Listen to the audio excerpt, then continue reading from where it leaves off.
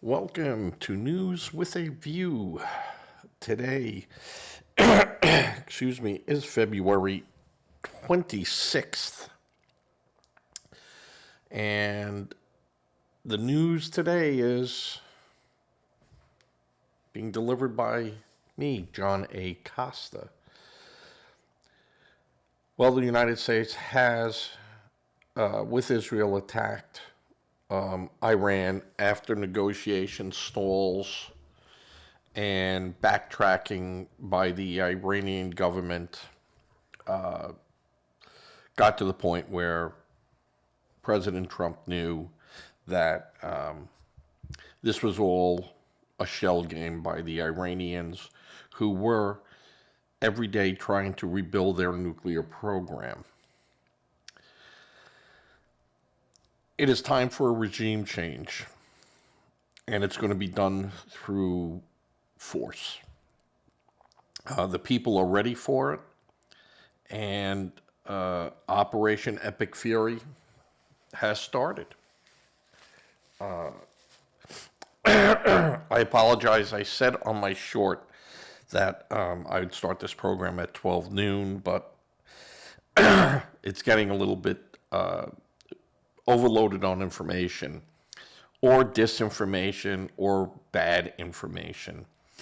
But as of 11:30 Eastern Standard Time, reports are coming out that most of the paramilitary and major government institutions in Iran have been attacked and destroyed. This is a decapitation attack. And, of course, I'm going to say 99% of you know exactly what that means.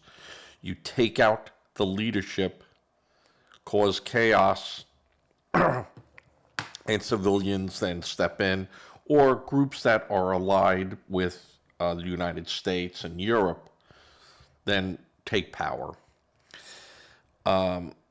President Pezeshkian of Iran, there's no report on him other than they think that he somehow got out of the country or is in hiding. Ayatollah Khamenei has been reported killed in the attack. Unconfirmed. Some Iranian embassies are saying that as far as they know, Khamenei is alive.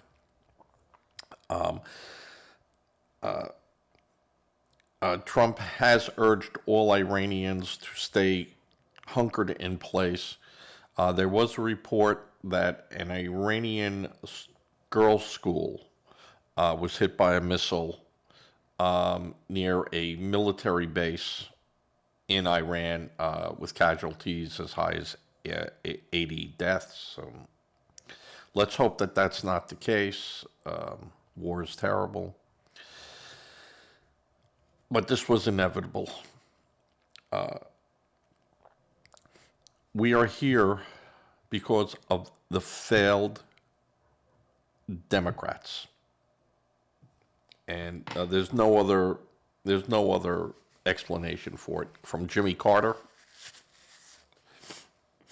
to Barack Obama to Joe Biden. The Bushes, we weren't prepared.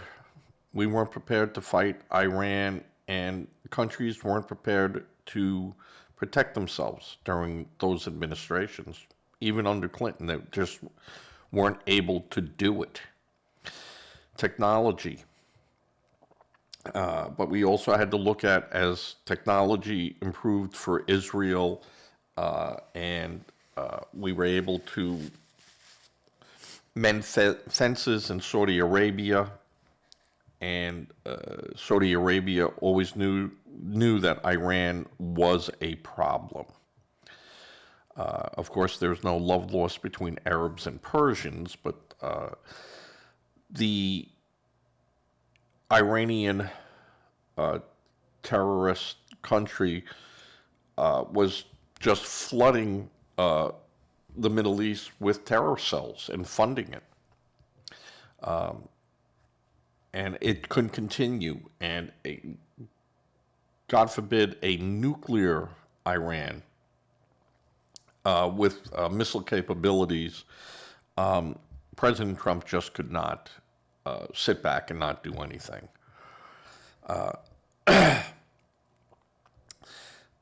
American bases have been hit and targeted by retaliatory strikes, ballistic missiles by Iran. No report of what those damages are, but the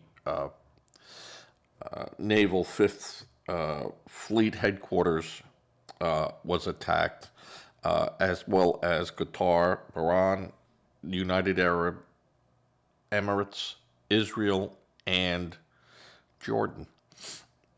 A lot of those countries in the Middle East have allowed the station of military equipment and personnel in their country, so they became logical targets.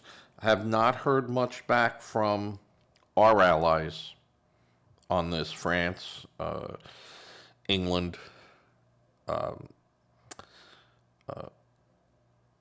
Australia, on what is going to go on and how are they going to now be involved, because they will be involved.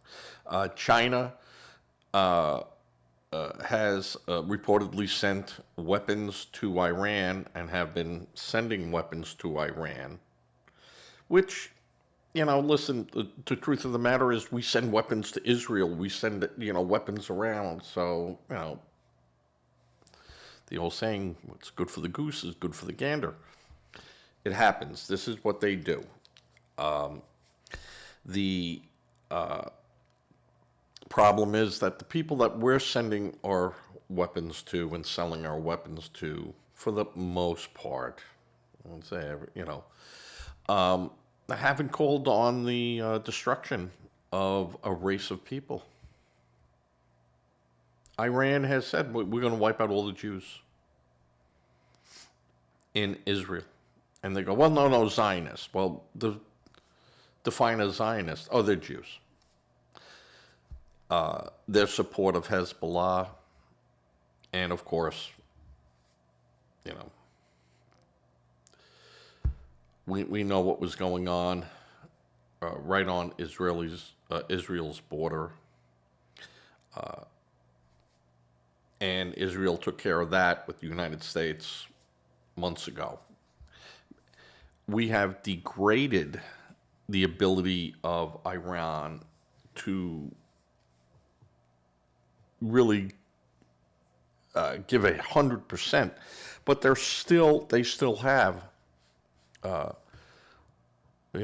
estimates of thousands of mobile missile launchers. Not so sure on that number, but they certainly have hundreds of these missiles. But do they have the personnel left now and the sheer willpower to go all out, or will their own military go, boom, we're going to stop. We're asking the United States, we're asking Israel to stop. We've taken these people out, and we're asking for a negotiated settlement here.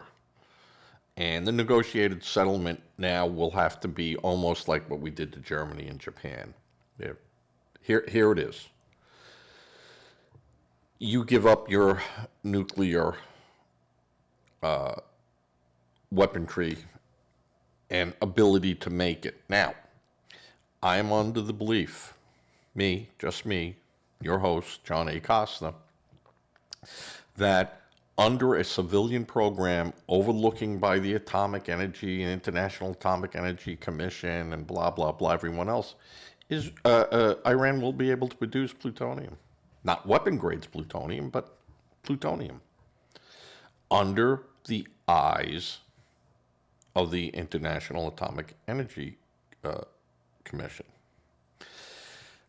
And if they want to sell that to people, governments, that meet the criteria, I'm just saying they can't, go into a bazaar and start selling these things, of course. But it can be done. And I think,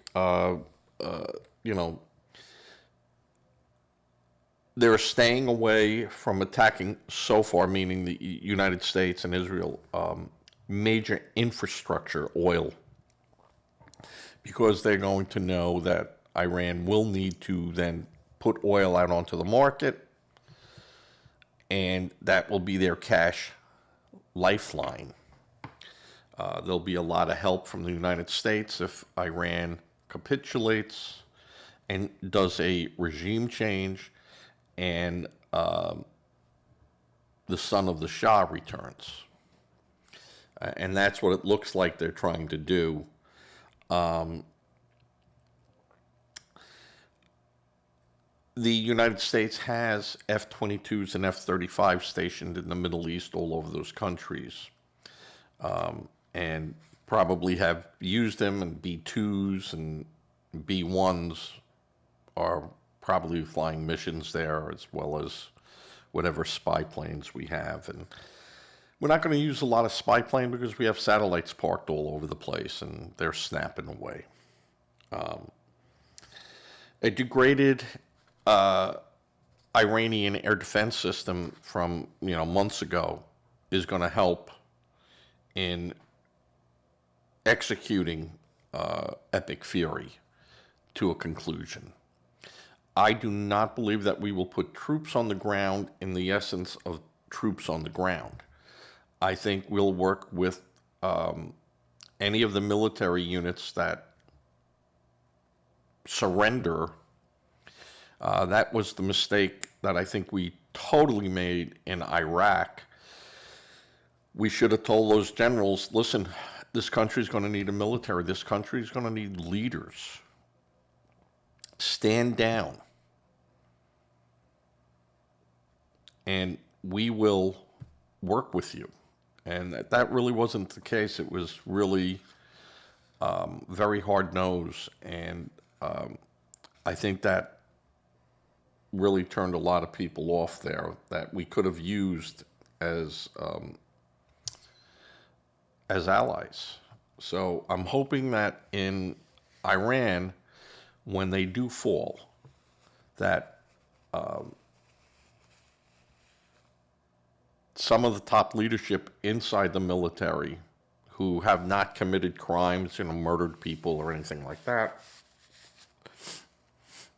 are kept. And reorganize your military. You have every right to have a military. You have every right to protect your borders. You have every right now to protect a government that, gets the okay from everyone. So let's see what happens there with that. If this comes to a conclusion, you never know what happens. It's a war. The negotiations, Oman was very upset that they thought the negotiations were going great, and then this happens. But we knew, like I said before, Iran's tactic is to negotiate. We say we want this, and they start talking about over here and this and that, and it just goes around the toilet. And I think Trump had said before, hey, that's not how I negotiate. These are the things we're going to discuss. And now, if you don't want to discuss them, then there's no negotiation. And we're done here. And I think that's what happened. I think that his military people said, this is the best time. If we're going to attack them, if you're going to do this, this is right now the best time. And he took it. He'll listen to his military, and sometimes, the military has to listen to him. But, when Oman says that there was serious negotiation, there was not serious negotiation. We were serious about it. Iran was never serious about it. They were never giving up their right to make up to weapons grade plutonium. And that's just months away from developing a nuclear weapon.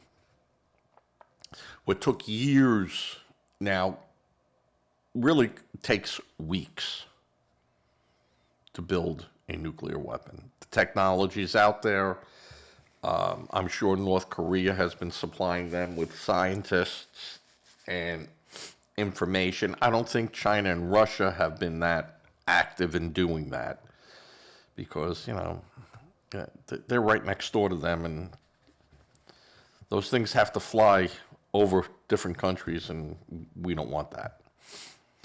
But certainly an ally to the United States, China doesn't want that right in its underbelly, and neither, Russia has to live with it. So, Russia's been living with that now for, 30 years, 40 years. So, just going to have to get used to it. The Middle East itself, they're delighted. They couldn't be happier that the United States is taking this action, even though Israel is with that, and Saudi Arabia mostly, who knew that Iran was supporting Hutus, and there were a lot of problems in the Sudan, and a lot of problems happening in Africa, in other parts of Africa, that were a problem for Saudi Arabia. And what was a problem for Saudi Arabia became a problem for the United Arab Emirates, became a problem for Jordan, probably one of the least of the radicalized countries over there. So this became, Iran became, a problem. Privately they're going, hey, they're getting out of control, and we can't control it. We can't stop it. And, we don't want our people in an uproar. We don't want them, screaming, religion, religion, religion. But it's not about religion. It's about military conquest. But they will never be able to convince their own people of that. So, in front of cameras, they're like, well, we have to have a peaceful coexistence and stuff. And behind the scenes, they're going, hey, you got to get those guys, or we're going to have a problem, and all this stuff goes away. And, we saw that in Syria. Syria's, we have troops over there. Russia has troops over there. You have Pakistan over there now. Pakistan is fighting with Iraq. That can be a very bad situation over there. That's not a good scene, but their intelligence probably said if we were going to attack, this might be the best time because we know the United States is going to attack Iran. Look at what they're doing. Look at the armament they're bringing in there. You just can't park these aircraft and wait for a problem. These airplanes have to be flown. They have to be maintained. It costs hundreds of millions of dollars per day. And President Trump, he wants the best bang for his buck. And this is what's going on there. But once Iran is settled, then they'll go, all right, guys, calm down over here. Turkey's been pretty quiet lately. So there must be some type of deal working out in that direction. But the leadership inside Iran that we've been dealing with, they just can't be trusted. They'll lie to your face. And the Iranians themselves are showing, what can be released inside the country, because there is, of course, a news blackout and internet blackout. But there's been enough smuggled Starlink and other devices in there that some of these groups can now get it out. They still have to worry about the internal security inside Iran. You know, the people could be coming out, but they're going to have to put their big toe in the water first, because they don't know. The retribution against these people can still happen until the last day of the war. You saw that in Germany during World War II. Not so much in Japan, but because it was a different mindset. But over there, yeah, it could be bad for the people. Students are celebrating. I'm not going to say all the students, but students are celebrating. I think the young people have had enough of this nonsense of the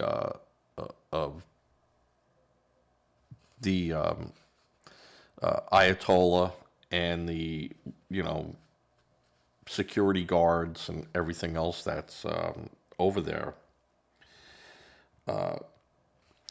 Whether or not these students can go out and really protest will then tell you what the degree is of power loss inside the system. You saw that when East Germany fell. The guards just sat back and go, I'm not part of this, not part of this. And they fell. The airstrikes and everything by the United States military in Israel will be sustained. This is not going to just be a one strike or two strike thing. This is going to go on for days. I don't think it will last for weeks, because Iran just can't do that. I think the people, if they were going to now revolt and take over their government, now is the time. This is their moment. I'm sure that there are plenty of people on the ground there inside the secret Iranian cells that are getting aid from not only Israel and people who are outside, Iranians that are now outside Iran, who are now funding and helping and getting assurances of help, if they take the government over. It is now or never. Obama had the chance to take them right to their knees, and he did not. And he ended up, held out an olive branch to them, and, that was stupid. It was a Jimmy Carter type moment that if we show them that we're willing to do, that is not how Iran and these people, and mostly in the Middle East, they don't deal that way. They are reasonable people, and they use logic, but right in front of that logic is power. And if you show any sign of weakness, they'll roll right over you. So it's terrible, but you have to be more brutal than they are. And then they, the old saying with the Middle East, they're either at your feet or at your throat. And this is a chance for Iran. We're giving them a chance. We're not bombing the people, and that is not this is not, civilian bombing. Are civilians going to get hurt and die with this? Yes. Yes, it will happen. It's inevitable. But I think this is the chance for Iran to step out of the draconian era that they find themselves into. No one wants a insane government running around as their neighbor. China is not an insane government. Russia is not an insane government. The United States is not an insane government. Europe is not insane governments. You have people in Iran that are insane. They would have no problem dropping a bomb on on Israel. They would have no problem dropping an atomic bomb, a nuclear weapon on the United States or wherever we have bases or our allies. And they have said it. So one of the key factors that you must always remember: believe what your enemy is telling you. Believe them.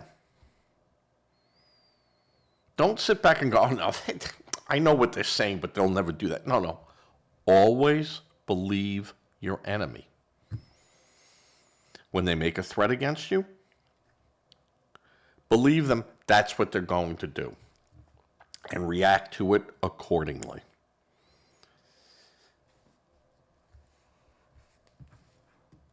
The United States has an opportunity to topple a regime that has been a problem for the United States for 50 years. It is time. It is time for this government to be changed. And there is no better time than now.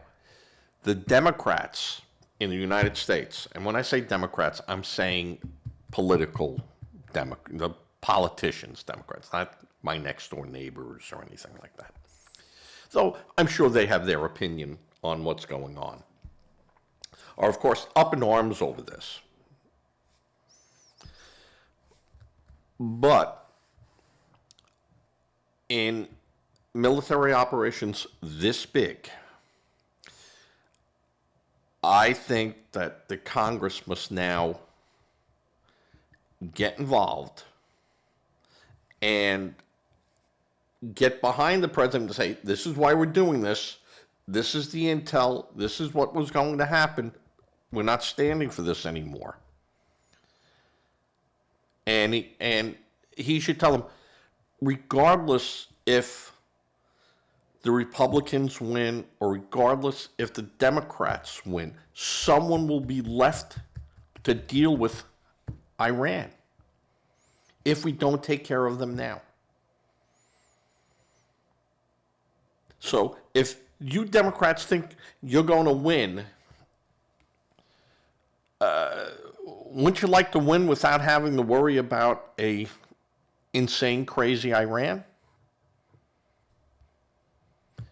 And I think that will have to take hold. I think there'll have to be some, going, we want this to end very quickly. We want to see a game plan for what happens there. And we want to be involved in that. And that's not unreasonable since the Congress is the House of Representatives. So I have no problems with Congress being involved in this. They have to be. Have to be. But I think that they really must show that it is to their benefit that Trump cleans house. It could only be to whatever the next administration is, a benefit to have an Iran that we don't have to worry about tossing missiles and supporting terrorism. I think Fetterman will become a huge voice with that. And it's going to be hard for a Schumer to come up and Raskin, I mean, these people are terrible, to come up and support the president openly. And, that happens in politics, but I think they could turn around and go, listen, we looked at the information, we understand, but this can't go on for months. Because then we're going to invoke the Wars Power Act. And that is something that they can do. That's allowed. That's the law. So I think it's very, very important that the Republicans get the Democrats in and go, this is what's going on. Let's get voter ID. Let's get this done in some manner that you can live with, but also we can live with. We got a government that's shut down, people going without paychecks again today, and now we have a war going on. And they could all say, this was all Trump did this to distract and to do this. Could be. I don't have a crystal ball. But I think this has been brewing a long time. I think Democrats have known this has been going on. They know that we are this close to a regime change there. Let's give it a push. Because that can only benefit the Democrats or the next administration. Can only help them. So let Trump take the slings and arrows right now.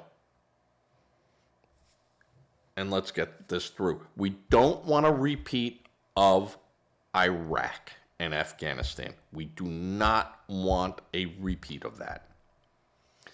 Let's learn from our missteps and do this right.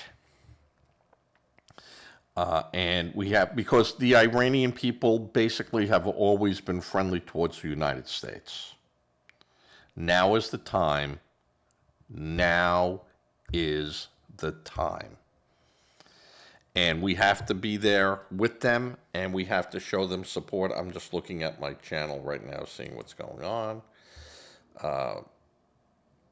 We've been live for approximately 33 minutes now with this.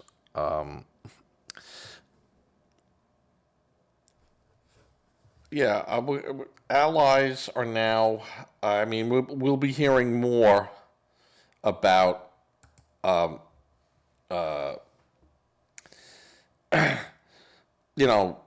allies. Who is Iran's strongest ally as a military threat?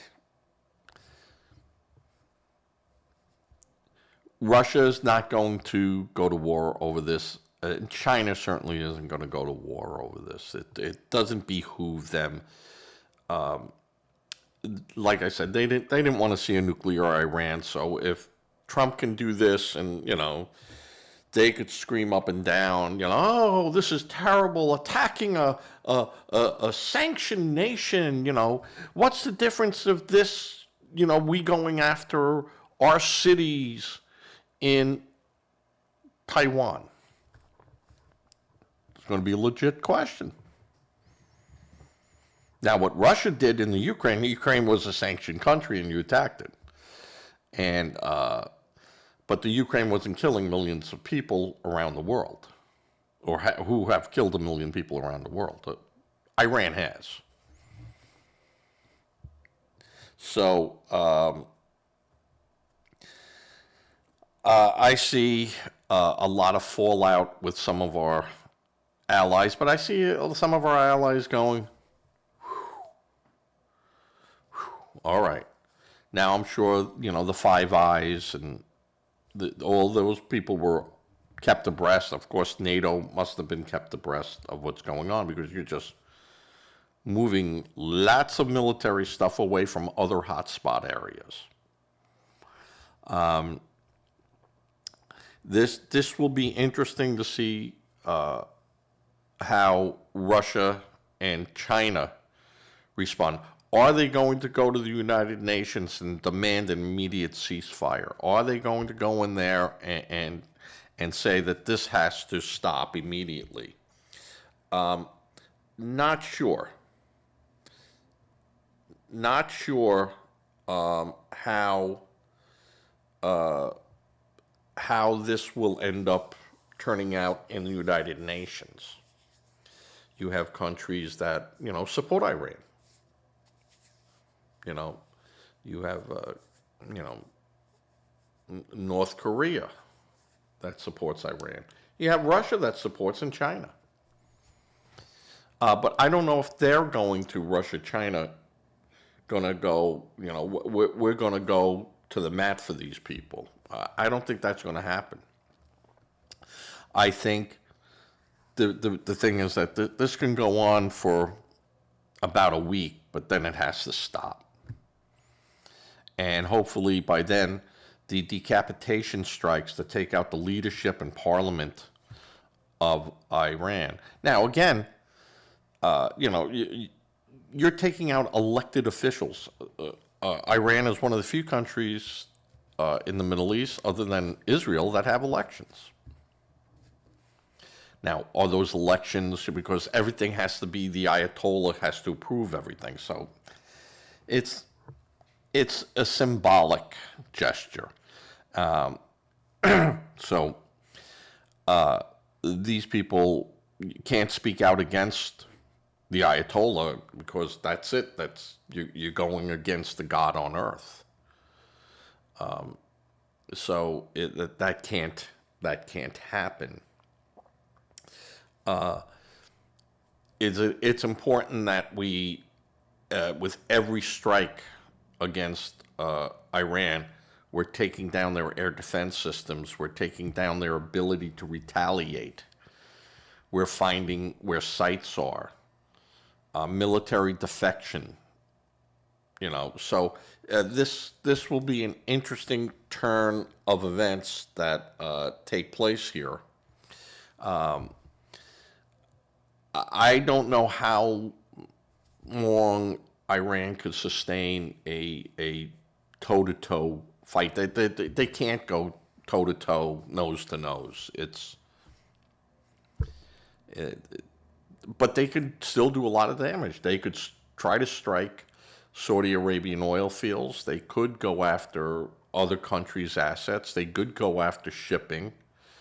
I'd be amazed if we haven't already tracked every one of their submarines, every one of their, they go, we have a huge navy. They got speedboats, and we could take them out in a heartbeat.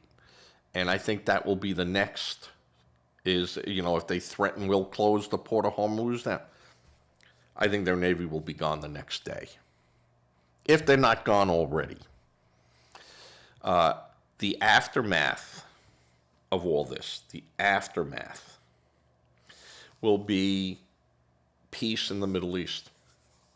Because the only one that we're funding all these groups, Hamas,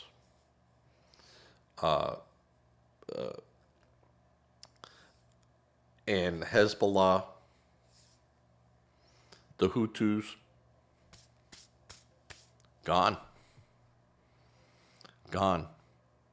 China won't be wanting to get their fingerprints on it, and Russia certainly is in no shape to do any of that. If we were going to do this, now was the time to do it. Yeah. There was, with Iran, there was no fear of mutually assured destruction. You know, Russia has a lot to lose. China has a lot to lose. The United States has a lot to lose. Our allies have a lot to lose. So mutually assured destruction, you know, was always on the table. Iran didn't care about that. They didn't care about it, and it was like the really, it was like the Japanese who, you know, will fight to the last person. You know, the military will fight, fight, fight, and then finally, you know, Hirohito had to say, yeah, well, we're going to do the unthinkable, and we're going to survive as a people because the weaponry that's being used against us will eradicate us. And we must endure the unthinkable. And they did. And of course, the military tried to kill Hirohito in the last days of the war. The only big difference is there, the idea of having the United States military take out, or the Allies take out, the Japanese divine God on earth. You're going to have a mass of people who are very, very, very upset with you, and you martyr the guy. And though I don't think the people loved the Ayatollah. I mean, you know, when you're forced, you know, by bayonet, you take them out, and they're going to go, oh, God, what took you so long? You know, yeah, we made a horrible mistake when we were teenagers and put this guy in power. So I think that if you're going to do a strike, now is the time to do it.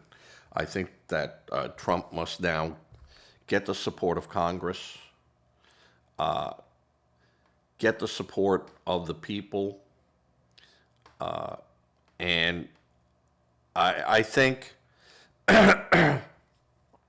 that it'll be hard for the Democrats, now taking a political spin on this, to go, you know, oh, Trump should never have done that. I think it's very hard for them to say that. And like I said, I think that what will happen is that they'll say, listen, you got a week. And I think Trump should go to Congress. I think they should call a session of Congress, get the leaders of Congress all together, all the big supporters, Republicans and Democrats, have a private sit down and go, this is what I'm going to do. Here's the information. This is what was going on. This is what I decided to do. We've done it. It's done. So it's no longer a secret. How we got some of this information is a secret. And we can't divulge that because it will hurt other assets. But this is how we did it. And these are the people that said this needed to happen. And why I acted in the manner I acted. And I think if he does that and goes there and goes, this is not going to be a prolonged thing. The people in Iran are revolting against the government now. We're going to help them now. And we're not going to have these threats that we've had. And this can help both parties in the future. And wait till weeks later to go, freaking Obama had the chance to do this. He didn't. Bush had the ability to do it. Clinton had the ability, blah, blah, and just go down the line. And go, I took the ability. And this is going, anyone thinks that our country will not stand up to you, anyone in those countries that think that we won't stand up to you, you got another thing coming. And I think, this, you shoot 500 missiles at an aircraft carrier, and one of them was going to hit it. Now, it's very difficult to hit a target like that and not be in the near vicinity to guide it into and have it re-enter. And, if we see anything going that way over the water, it's going to be intercepted. And then we're just going to pound the hell out of every military installation where we know they are. We know where everything is. It's getting to them all. I can't believe that they're tracking taxi cabs. They know where all this stuff is. And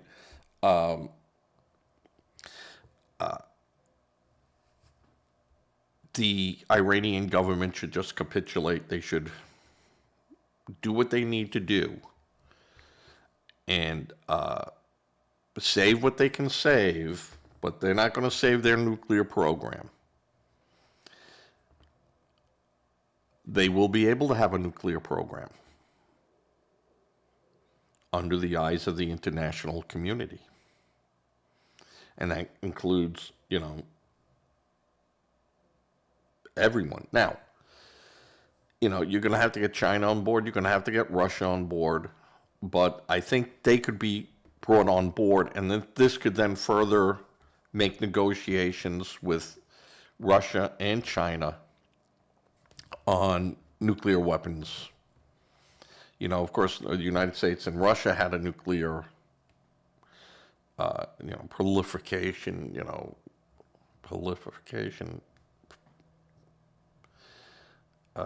treaty, that we weren't going to make them and sell them and blah, blah, blah, and we would limit our sizes. But then you have like a China, and then China's defense goes, well, we don't have to be in there because we have nowhere near what you guys have.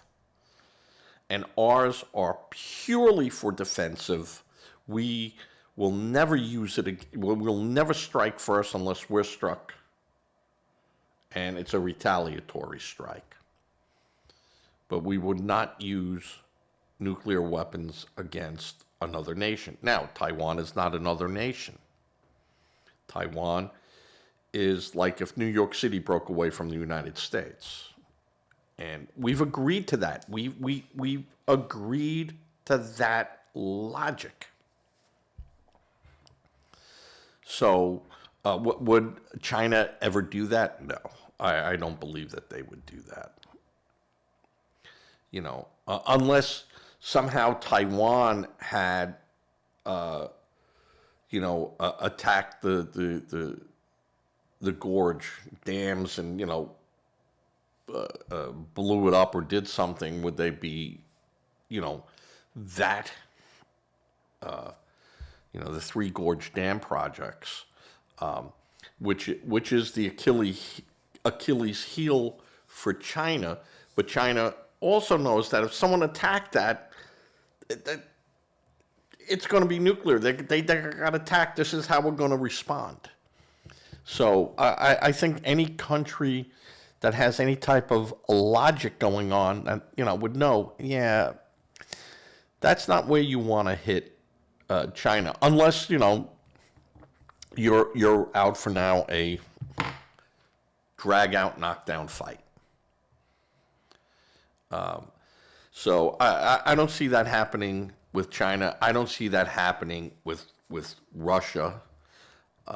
Russia has so many internal problems that,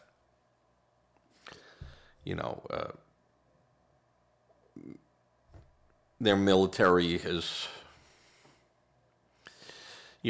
are they nuclear capable? Yeah, they're nuclear capable. About 30% of their nuclear weapons will launch. 30% of 6,000. All right? That's a lot. And of those 1,800 missiles, only 20% will achieve their target. 20% of 1,800 is still 350, 400 devices. Divide that into 50 states. Yeah. Yeah. Even a degraded Russian response would be devastating to the United States. Now, of course, Russia would be gone. There'd be no doubt about that. But, I could see, Russia never doing that. Unless it became, unless we really got down to the down and dirty, they attacked Europe, they attacked this, they strike first. Yeah. And even that would start off very limited, but within about 5 hours would just go, you're all in. You're all in. Probably the biggest fear, if now we're talking other countries, would be India and Pakistan. Because China would almost immediately have to step in and, it just gets real messy. Do you want that to have happen? I don't think we want that to have happen. No one wants to have that to have happen. But you have two, really hot-blooded countries that have fought many wars. And not sure, now I would say Pakistan would win, but what do you win? You lose 50, 60 million people. Yeah, you don't want to do that, but they are so hot-blooded. It's like Iran. You deal with people where 100 years ago you did this, your people did this over here, and it's payback time. So, yeah, there is Tel Aviv is now having sirens go off, so there's inbound rockets heading for Tel Aviv or Israel. All of Israel's under a lockdown type of thing. So, they still have a bite. Iran still has a bite, but they have no mechanisms to resupply and rearm themselves in any fashionable time. Could there be an insurgency there? Possibly. If there was a takeover and then an insurgency where they're blowing up things and doing things, but that's not the Iranian way. See, that's an Arab thing. That is not a Persian thing. So let's hope that they just want peace and they go, I want to make sure I got a roof over my head, my children can eat, and I can pray the way I want to pray, and I leave you alone. You leave me alone, I leave you alone. So it's important that we remember that, and I'm sure that's not a factor, but it will be interesting to see how this all plays out, and I think it will play out, and it will play out rather quickly, and hopefully Iran will capitulate. The people will take over, and might be a bloodbath over there for a lot of those politicians in Iran. But live by the sword. That's what it's going to come down to over there too. So let's hope for the best over there. If there's any major developments that come up, I'll hit you all on it. But I think at this point,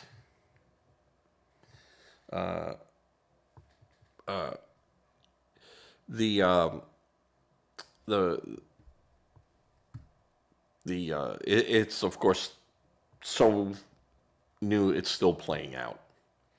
But we'll have an answer soon, and it is the Iranians people's chance now to take their country back. And we now have to wait and see any sleeper cells, anything, crazy stuff like that could be launched here and in allied countries, or countries that really, hey, we don't like what you're doing, so they blow something up in Norway, or they blow something up in Belgium, or they blow something up in Canada, where, they're softer targets than here. And, then they get to blame the United States. This happened because the United States did this. And now we're paying the price for them. That's what can happen. And we have to be aware of that. And, these other countries that have bad people in it, and they know who these bad people are. They're not stupid. Canada's not stupid. Australia's not stupid. Spain and France and all these other countries that took in all these people, you got to start looking over your shoulder, New York City. Going to have to look. So we'll see what happens. All right. I've been up for 57 minutes. I'm going to stop this. Anyone that joined me at 12 noon, when I said I was going to go up, I actually went up a little bit earlier, about 15 minutes earlier, because there was just so many dynamics going on that I just can't stay in front of it. The bottom line is that the Middle East will thank the United States, and Israel, will go, thank you, United States and Israel, for taking care of this. So, this should be the end of Hamas. This should be the end of the Hezbollah. This should be the end of the Hutus. A lot gets done by taking Iran out of the picture politically. All right. Please give to a charity if you can. If you don't feel comfortable with giving to a charity, please look at giving to a food bank, money, and of course food. That they could use both of them. Say a prayer. Prayer does work. Today is Saturday. Tonight I will be at Socrates Station in Socrates, South Carolina. I'm going to edit this show up. I'm going to put some things up there, but I'm going to edit it up for the podcast and for my playlist. If you're in the mood for a really good meal, fun location, Socrates, in Socrates, South Carolina, which is between Murrells Inlet and Myrtle Beach. Theoretically, it's Myrtle Beach, but Socrates Station, the best food around, best prices, great people. I Yeah, and they're not a sponsor. We go there all the time, and I must say that the people, we very, very rarely ever speak politically. It's not that type of bar. It's a family type of bar, restaurant, and you could talk about your terrible golf game or how bad the Jets played or whatever. Politics, no, no. So I don't get to say too much in there along the political side. But Socrates Station, Socrates, South Carolina, Saturday specials, fantastic. Just fantastic. You love it. It's a great place to be. Have fun, everyone. Say a prayer for our troops. Say a prayer for the people of Iran. And hope that this can end quickly with the least loss of life possible, and that Iran can go back to being a normal, thriving, great country that it should be. That this happens quickly now, and we don't have to worry about, our children don't have to worry about, and grandchildren don't have to worry about some guy hurling nuclear missiles around. You know, we lived through that with Russia. We lived through that kind of with China, but Chinese thinking is different. So I don't worry too much with the Chinese as far as that is concerned. You know, they're a powerhouse economically, and they can just ramp up. More so than the Japanese. And Russia, I have no fear of Russia. You know, they've been through so many things that that's the last thing a lot of these people want to think about. So, all right, everyone, I'll catch you later. Chris, Rowan, Cannoli, be well. Joey, Sammy, be well. Everyone, be well. Bob in New York, be well. Love to hear from you on this, Bob. All right, we'll catch you later as I fade to black.